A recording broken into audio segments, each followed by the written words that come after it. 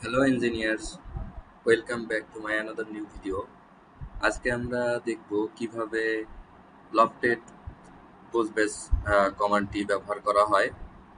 তো লফটেড পোস্টবেস কমান্ডটি ব্যবহার করার জন্য প্রথমে মিনিমাম 2টি স্কেচ করা লাগবে। আমি এখানে 3টি স্কেচ করে রেখেছি। আহ, চলুন এখন আমরা লফটেড পোস্টবেস কমান্ডটাতে চলে যাই। লফটেড পোস্টবেস কমান্ডটি ক্লিক করলাম। ক্লিক করার পর এখানে দেখেন প্রোফাইল শো করতেছে, কয়েকটা অপশন শো করতেছে।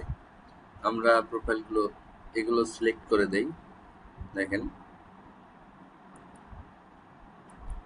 সিলেক্ট, তারপর 2 নাম্বার স্কেচটা সিলেক্ট করে দেই, তারপর 3 নাম্বার স্কেচটা সিলেক্ট করে দিই।